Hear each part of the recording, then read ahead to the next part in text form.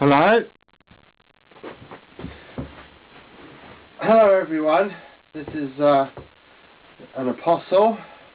I'm Apostle Simon from the underground internet church in England, and I'm here to talk to you today about predestination. All you keen Christians will know what that is about. It's in Romans 9 primarily, and it means that God decides who goes to heaven, not us. It's His heaven, it's His universe, He's sovereign. It says in Romans 9, Esau I hated, which means to love less, and Jacob I loved, and that He called them before they were born, before their works. It says in John 1 that we are called not by the will of man, not by the will of flesh, but by the will of God.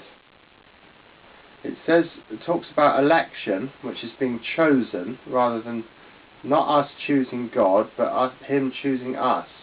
21 times in the New Testament, 7 of them by Jesus. The word predestination is 4 times in the New Testament, in the letters. So you might say, well, if God decides who goes to heaven, what's the point in evangelizing? But I'll tell you, the point of evangelizing and witnessing is that we're serving God. It's His harvest field, and we're here harvesting His wheat, which is people saved, the lost who are going to be saved. We're not the boss, He is. We're serving Him, gathering in His wheat into the barn. So there's every point in preaching, because we're obeying God. It's His will. So what else can I say? Why does God send people to hell?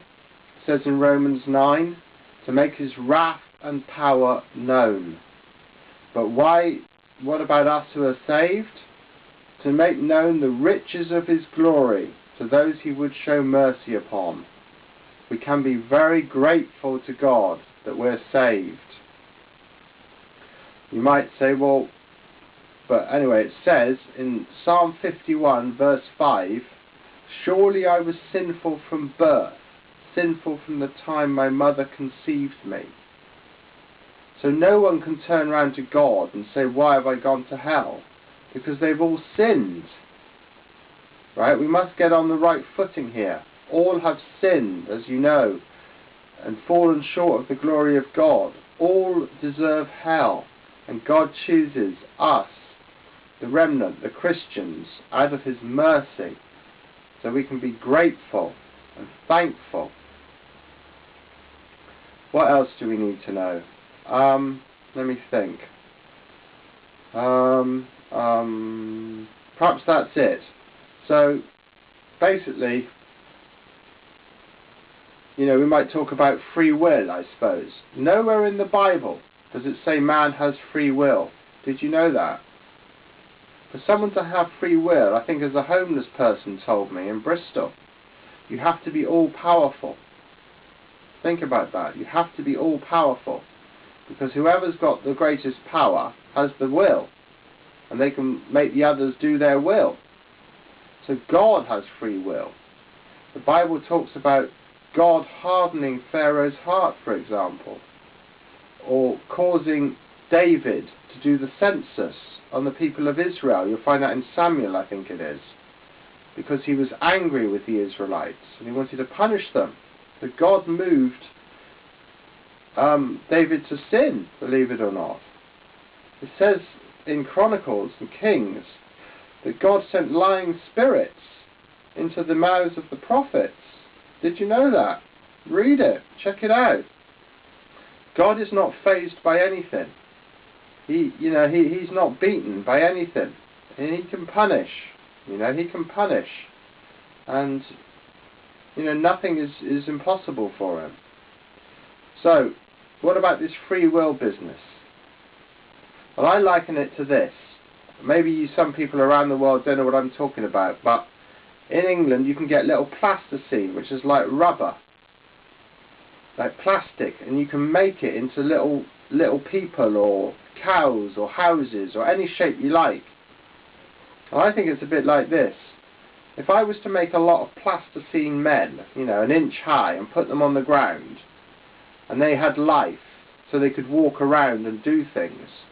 Now I, being more powerful than them, could move them around, couldn't I? I can put my hand and move them, like Pharaoh. God moved Pharaoh's heart, made him do things. Those little men and women could run around and do what they like, but I, as more powerful, could overrule them, override them, and move them where I wanted. And that's what it's like with God and man. We can, you know, God moves us.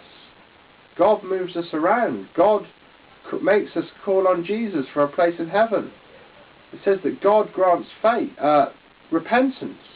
It says, John the Baptist, a man receives nothing but what he's received from God. Your faith is a gift from God. Everything. God is sovereign. God is all powerful. So remember the predestination doctrine, that God has saved you. God has called you. And you're there to go as a Christian and obey God and spread the word and get others saved. God bless. Peace. Bye.